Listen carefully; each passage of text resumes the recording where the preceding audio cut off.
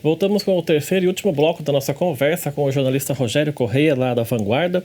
Bom, Rogério, você estava lá na Vanguarda quando ela sofreu a transição, né? Se tornou a TV Vanguarda, que o Boni comprou a emissora. Como é que foi esse momento para vocês lá de chegar aí uma pessoa que era o manda-chuva da Rede Globo Nacional comprar a emissora de vocês lá, né? Foi um processo muito interessante, né? Porque você conhece a história do Boni, tem muitas histórias para contar, aliás, adora contar histórias, né? Até no Instagram ele está agora, dá para acompanhar um pouquinho das histórias dele. Ele chegou mexendo em tudo, né? Porque daí, primeiro, a história da Rede Vanguarda, ela surge quando passa a se ter também uma transmissão a partir de Taubaté. Então aí assim se forma a Rede Vanguarda, por isso que mudou de nome. São duas estações, então passou a ser chamada de rede. E aí, lógico, ele chega mexendo em tudo, muda o nome de todos os jornais, cria programas novos de entretenimento, programas de entrevista e tal. A gente fica, né, com aquela responsabilidade. Opa, o Boni chegou aí, a gente precisa atender aí o que ele está imaginando, né? Mas foi um processo muito rico, ele sempre foi uma pessoa muito amável, né? Sempre que possível dando dicas, encontra com a gente, ele não está tanto no dia a dia, mas sempre que a gente tem algum encontro, ele sempre foi uma pessoa muito amorosa, sabe cobrar, mas também sabe elogia muito as pessoas, quando se faz alguma coisa interessante, algum trabalho interessante. Mas foi um processo, mas eu na verdade eu acho bom quando essas coisas acontecem, porque a mudança não me desagrada. Tem muita gente que não vai mudar, agora estava tão bom, e agora não sei se vai ficar, ou não estava tão bom, vai piorar. Sabe que as pessoas têm um clima meio... Eu adoro, na verdade, mudança, né? Até pelo meu histórico. E eu acho que a gente renova o nosso gás, sabe? Para trabalhar. Então, chegou um gestor novo, chegou... todo mundo tem que se mexer. Às vezes, a gente tem, acho que todo mundo tem, né? Uma tendência a se acomodar um pouco ali no dia a dia, você vai fazendo a sua rotina e tal. Quando você tem uma mudança como nosso Boni chegou. Aí fica todo mundo apreensivo, e aí e tal, acho que dá uma renovada no gás, assim, né? Eu não tinha tanto tempo de Vanguarda, eu tinha entrado em 99, ele chegou em 2003, 4 anos. Estava começando a fazer os jornais de rede, começando a fazer jornal nacional e tal. Já estava meio encaminhado ali na reportagem. Então, eu gostei da mudança. Acho que renova para todo mundo, dá vontade de você fazer coisas novas também. É aquela pergunta que fazem para todo jornalista, que eu te faço agora. Qual foi a reportagem que mais marcou você na carreira? Ou a história que mais marcou você nessa trajetória sua de mais de 20 anos de carreira? Olha, já que você mostrou essas fotos antigas aí... Não, eu acho que são muitas situações, né? Eu acho muito difícil de falar, olha, uma reportagem, mas dá para relembrar lá, Caminhos da História, foram 6 programas, foram 6 documentários sobre a região, fazendo toda a ligação com a história do Brasil. Então, só isso eu poderia falar, é isso aí, fantástico. Só que foram muitas outras reportagens, né? Então, foram grandes coberturas, acidentes trágicos, visita de Papa, enfim, tantas coisas, né? Presidentes que já passaram por aqui, campanhas eleitorais. Acho que campanhas eleitorais é algo, para quem é jornalista sabe, é sempre muito marcante, né? Debates, entrevistas com os candidatos, né? A preparação que você precisa ter para conseguir entrevistar os candidatos, entrevistar bem, enfim, são muitas. Mas eu vou fazer de trás para frente, então. Eu sempre gostei muito do tema ambiental, né? Até pela proximidade que a gente tem aqui com o INPE, depois com a instalação do CEMADEM. Então, essa ligação eu sempre gostei muito, né? Fui fazer cursos muito... Logo que eu entrei na Vanguarda, eu comecei sempre gostei, mas aí comecei a me dedicar um pouco mais a isso, né? Então, já fiz muitos cursos nessa área, porque sempre gosto. Então, às vezes eu aparecia num curso e aí eu era o único jornalista no curso. Todo mundo era, sei lá, engenheiro ambiental, gestor ambiental. E você, eu sou jornalista. Jornalista, mas com antecedentes. Com antecedentes, exatamente. Cursos de curta duração no Senac, bati em São Paulo fazer curso, voltava. Eu fiz depois, EAD, uma pós-graduação em sustentabilidade. Acabei formalizando algo nessa área. E aí a gente começou, na época da pandemia, a gente ficou muito restrito, né, para a produção.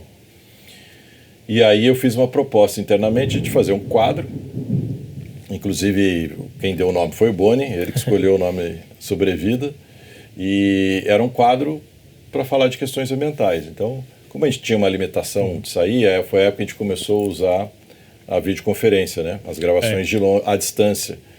E aí eu pegava um tema, chamava um ou dois especialistas para falar daquele tema, e aquecimento global, chamava especialista, conversava, gravava com eles, fazia uma abertura ali e o encerramento, tudo interno, né, internamente. E aí eu pude exercitar um pouco mais, então eu tinha uma certa frequência, exercitar mais esse lado. E aí, no ano passado, eu fiz uma proposta da gente fazer um programa especial, né, não mais o quadro, e sim um programa especial, que foi o Sobrevida, programa que a gente fez no ano passado, foi ao ar em junho, e eu consegui, com esses temas, né, visitar a Amazônia, visitar o Cerrado, trazer experiências de projetos de outras regiões do país para a nossa região, quase como a ideia é sempre fazer quase um roteiro, tanto para interessados, mas principalmente para os gestores, sabe? Prefeitos, né, deputados, pessoas que realmente às vezes podem ajudar nas políticas públicas, né? E a gente conseguiu fazer esse programa. Então, se hoje você me perguntar qual a reportagem, vou te falar. Sobrevida de junho de 2024 e vem o de 2025 por aí. A gente está quase encerrando nosso programa aqui. A gente falou muito do jornalismo, né? E você falou que é uma pessoa que gosta de mudanças.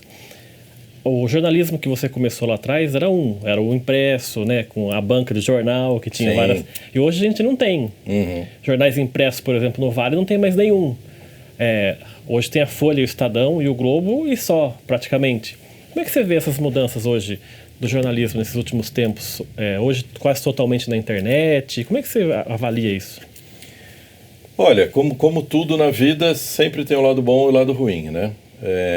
Se você for ver pela tradição, mas eu gostava de pegar meu jornal e abrir, né, folhear o jornal.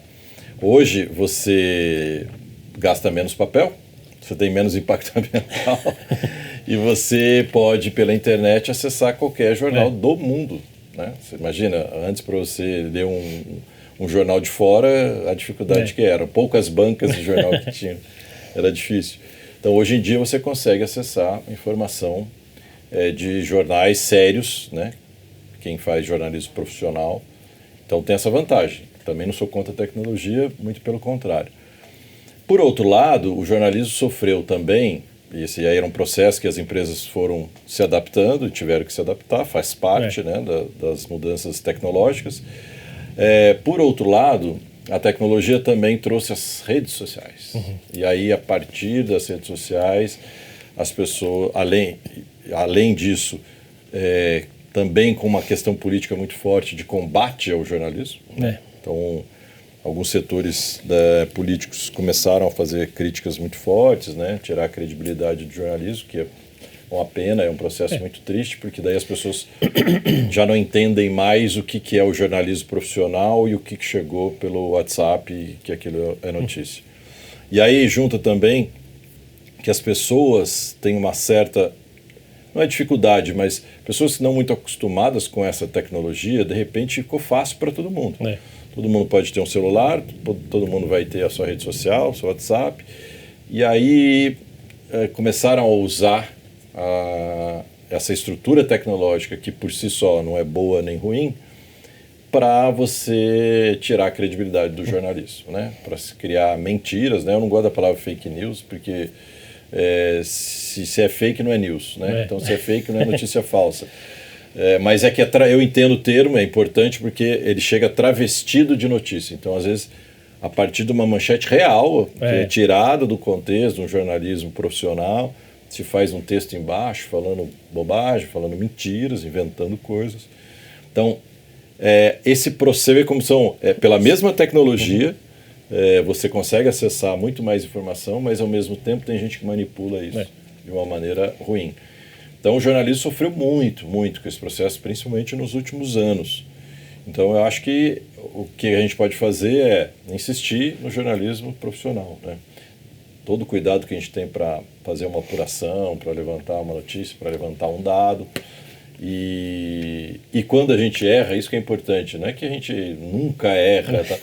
Quando a gente erra, a gente fala, pessoal, olha, esse dado aqui que a gente deu estava errado, houve algum engano aqui na hora da gente apurar, está errado esse dado, o dado correto é esse e tal, né? E eu acho que o jornalismo profissional tem essa clareza, né? Então eu acho que muito pior do que o uso ruim da tecnologia é esse uso político contra o jornalismo. O efeito disso é muito complicado, porque daí você cria, às vezes, demoram anos, às vezes décadas para você recuperar a credibilidade de novo. E para a gente terminar, tem muita gente que confunde o seu nome com o narrador esportivo que era da... Não sei se ainda está na Globo ainda, que é o Rogério Corrêa, acho que é de Minas Gerais, Ele é de Minas Gerais, Rogério Corrêa, que é de Minas Gerais. Olha, de vez em quando eu tô lá na minha rede social, chega uma mensagem assim, acho que você exagerou naquele comentário sobre o time tal, não sei o quê, e porque o juiz não sei o que lá. Outro dia, eu não me lembro exatamente qual era a crítica, mas era quase um textão assim, né? Acho que você foi insensível, não sei o quê, tarará, tarará.